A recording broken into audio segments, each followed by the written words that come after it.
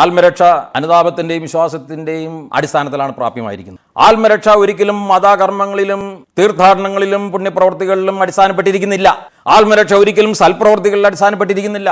മാനസാന്തരപ്പെട്ട കള്ളൻ പാപമെങ്കിലുമായി ലോകത്തിൽ നിന്ന് ഉടനെ തന്നെ നിത്യസ്വർഗത്തിലേക്ക് മാറ്റപ്പെട്ടു എന്നതിനാൽ മരണശേഷം ഒരു ശുദ്ധീകരണ സ്ഥലമുണ്ടെന്ന് ചിലർ പഠിപ്പിക്കുന്നത് തികച്ചും വചനവിരുദ്ധമാണ്. ക്രൂശിക്കപ്പെട്ട 2 കള്ളന്മാരിൽ ഒരാൾ മാത്രം നിത്യസ്വർഗത്തിലേക്കും മറ്റേയാൾ നിത്യദണ്ഡനത്തിലേക്കും മാറ്റപ്പെട്ടു എന്നതിനാൽ രക്ഷ സാർവത്രികമല്ല.